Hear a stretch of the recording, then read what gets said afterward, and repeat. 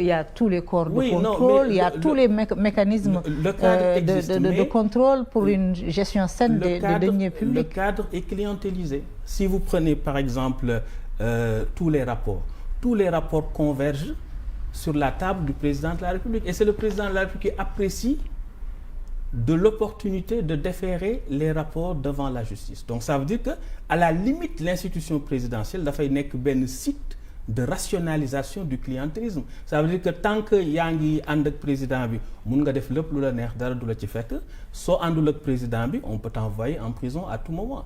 Pire encore le système était tellement pernicieux que lorsque le procureur de la République qui est sous les ordres, en tout cas qui peut recevoir des ordres du garde des Sceaux, ministre de la Justice, et qui lui-même a pour chef le président de la République, eh bien, pour procureur demander en matière de deniers publics, détournement de deniers publics, le mandat de dépôt est obligatoire.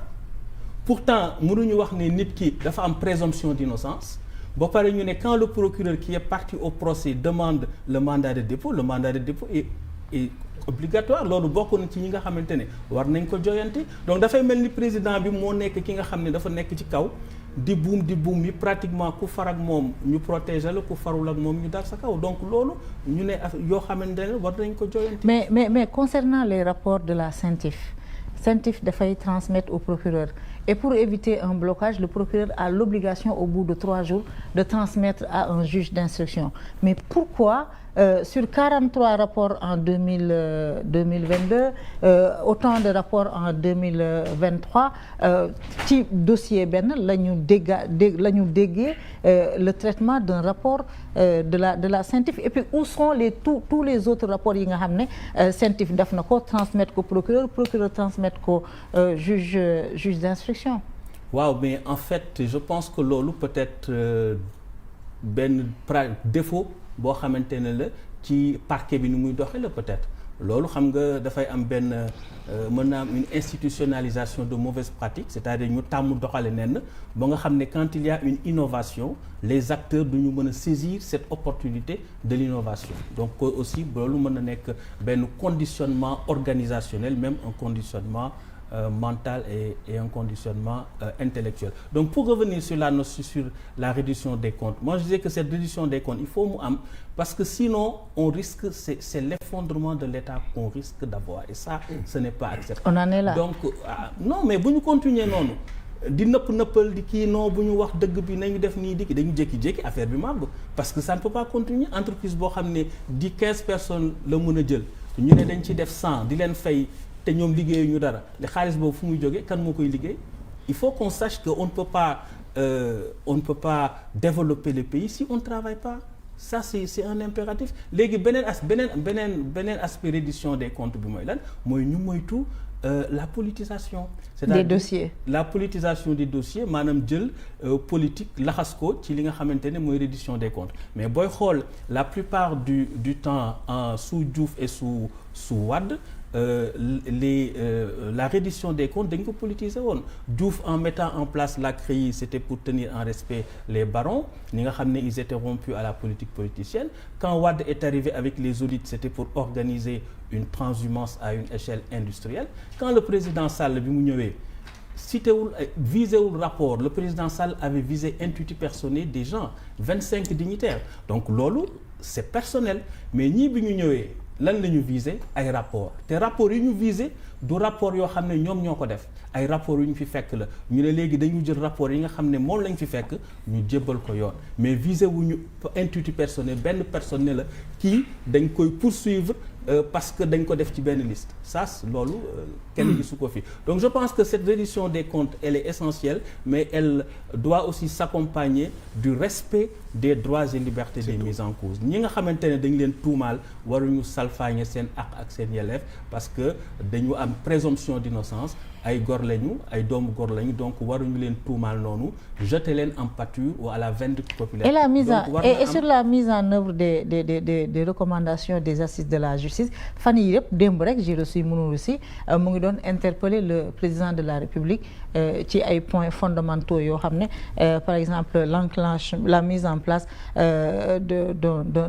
d'un juge des libertés pour diminuer les pouvoirs du procureur président mu ngi naan comme teg nañ commission ad hoc boobu pare na ay liggéeyam. C'est bizarre.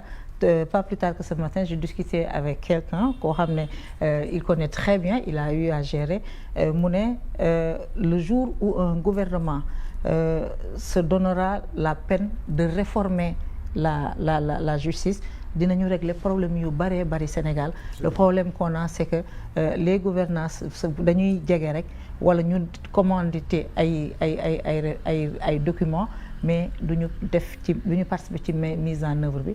Mu ne le jour où un gouvernement décidera de réformer, on aura réglé beaucoup de problèmes par rapport à la justice et par rapport à la démocratie. C'est tout à fait cela, c'est la volonté politique te vraiment li fi jot a xew gis nañ ne quand même il y a un désir de bien faire et il y a une volonté politique boo xam ne c'est palpable. Gis nañ fi la plupart du temps bu yàgg ba da ngay ñëw instruction 6 mois, c'était des mandats de dépôt yoo xam ne ça ne se justifiait pas, mais gis nañ fi yooyu mi ngi changé. On a vu beaucoup de gens yoo xam ne dañu am may à partir avec la justice, bi ñu demee procureur dañ leen libérer parce que nekkatuñu dans ce schéma boo xam ne dañu nekkoon dans des formes de détournement de procédure. Da ngay ñëw ñu ne la benn infraction boo xam ne flagrant délit da ngay def benn post sur Facebook, le président de la République lui-même en a été victime. Nga téye preuve bi ba pare ne léegi dama lay yóbbu 6 mois nga tëdd ma def instruction te yow bi nga koy woo yaa ngi téye preuve bi.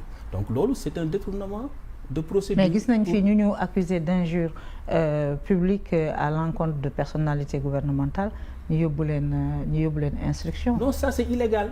C'est illégal et c'est pourquoi il faut pas refaire les mêmes pratiques. C'est-à-dire il faut bien entendu il faut que ñu def en sorte que ñi nga xamante ne dañ leen tuumaal ñu sàmmonte ak seen yelleef, mais aussi liberté ak responsabilité mooy ànd ci démocratie parce que Victor Hugo moo wax ne la liberté et la responsabilité c'est les deux faces d'une même médaille. La liberté, les chaînes que la liberté ôte au corps, elle les ajoute à la conscience. Maanaam chaîne yi nga xam ne liberté da koy dindi ci sa yaram mi ngi koy dolli ci sa xel. C'est-à-dire loolu war nañ ko képp koo xam ne yaa ngi nekk acteur politique war nga sàmmonte ak loolu. C'est pas parce que da nga nekk acteur politique que lu la neex wax que lu la neex def.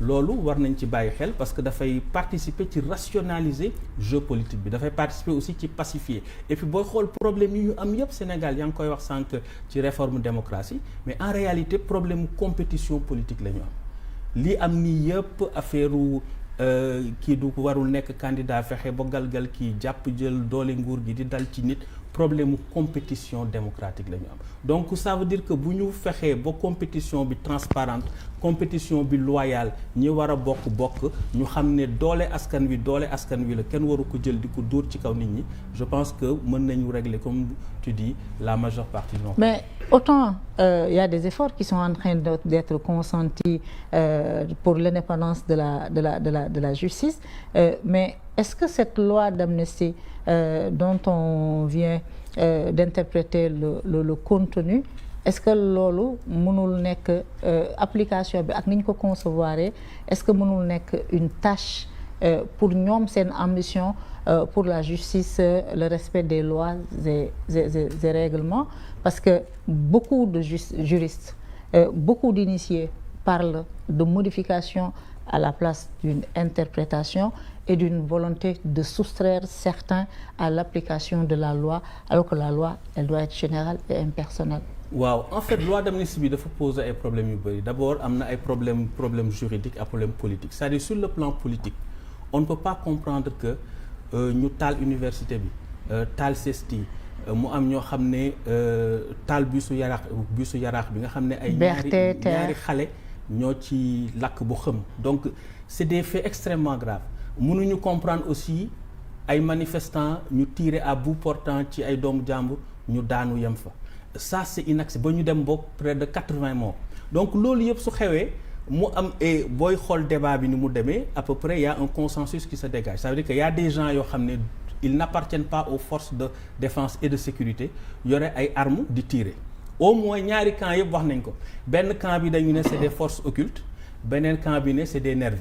Ça veut dire qu'il y a un consensus qu'il y a des gens qui avaient des armes et qui tiraient sur la population donc loolu war nañ ko éclaircir donc sur le plan politique bu ñu ko éclaircirul on peut être condamné à revivre les mêmes choses si les opportunités de violence pareilles se présentent à l'avenir bu ñu xoolee Sénégal 88 mbir mi tàngoon na amoon nañ fii les attentats à la voiture piégée 93 assassinats. Il y a eu une loi d'amnistie. Oui, mais 93 assassinats d'un juge constitutionnel. Il y a eu encore une loi d'amnistie. Ah, léegi gis nga les événements de 2021 1994 6 policiers ont été égorgés ici dans des c'est très grave mais gis nga en 2021 2024 gis nga li fi jot a xew yëpp donc su fekkente ne defuñu ce travail pour éclaircir ce qui s'est passé pour faire la lumière parce que ñun waxoon nañ ko dans le cadre du comité des universitaires pour la démocratie ne woon nañ ne certes c'est bien de pardonner mais avant de pardonner il faut ñu xam kan moo def lan ak kan la ñu baal lan bu ko defee bu loolu yëpp leeree dinañ mën a dem ci peut-être une amnistie mais aussi il faut se dire que ce n'est pas seulement une dimension judiciaire war na am aussi une dimension psychologique une dimension même psychodramatique culturelle c'est-à-dire ñu toog réconcilier wu que les gens se parlent dem nañ sax booy proposer naa ko ci benn atelier bu ñu defoon avec la commission nationale des droits de l'homme pour def peut-être des documentaires def des témoignages que les victimes génne li nga xam ne moo nekk seen xol et que les forces de défense et de sécurité aussi exprimer difficultés yi nga xam ne moom lañ jonkonteel parce que aussi il faut pas oublier que dañu loi bi nee nañ certes la motivation politique mais il faut pas oublier que la défense des institutions peut aussi être une motivation politique et on oublie que la dictature c'était à l'origine dans la Rome antique c'était une institution de la démocratie ça veut dire que quand il y avait des risques d'effondrement des institutions il y avait un état d'exception qui était qu'on appelait la dictature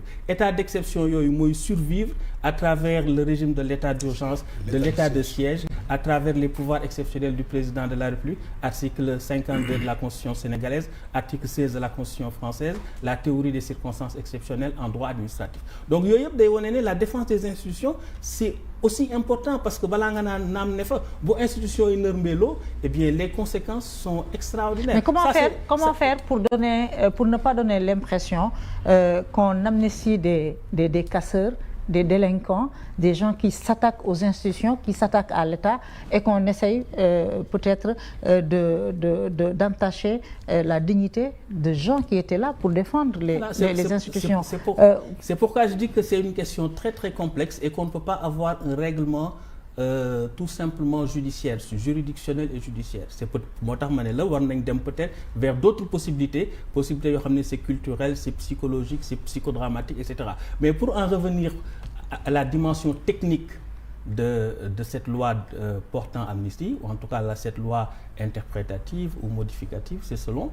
D'abord, en droit, l'abrogation ne vaut que pour l'avenir. Kooku moom c'est clair. On abroge, c'est pour l'avenir.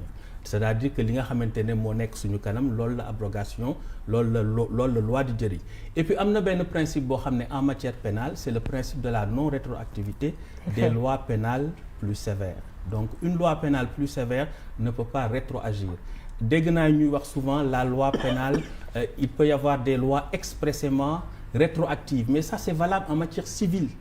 C'est valable en matière civile. En matière pénale, il n'y a pas de loi expressément rétroactive parce que c'est le principe de non-rétroactivité des lois pénales qui s'y oppose. Et ça, c'est un principe constitutionnel. En disant que l'abrogation ne vaut que pour l'avenir, vous êtes pour l'interprétation? Non, l'interprétation, en réalité, interpretatio quaesat in claris, on interprète ce qui est obscur.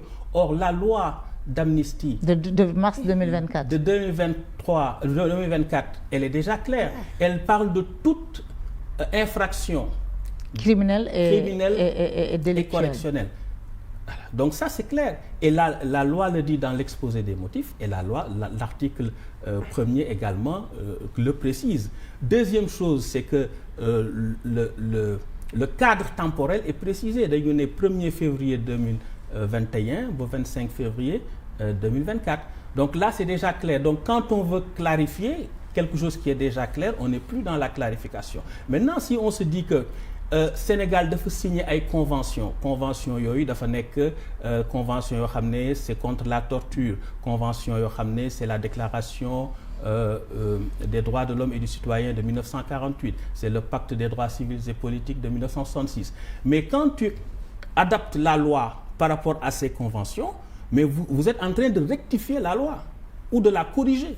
Or, quand on rectifie et que l'on corrige la loi, on la modifie en réalité. Et quand on la modifie, on n'est plus dans l'interprétation. Parce que loi d'interprétation, mooy loi boo xam ne dafay leeral comme par exemple ñu ne bu midi jotee na gone yi añ ñii mën nañ jàpp ne mooy ku nekk dafa war a andi sa sandwich ak bouteille ndox ñii jàpp ne dañu war a taaj bool ñii jàpp ne dañu war a toog ci table. Donc bu fekkente ne ñii dañu defee nii ñii defee nii ñii defee na le mën nañu andi leeral ñu ne bu midi jotee na gone yi añ mi ngi tekki nañu taaj bool bi ñëpp toog, tu vois, c'est ça l'interprétation. Mais bu fekkente ne da nga ñëw soppi li ñu wax, on n'est plus dans l'interprétation.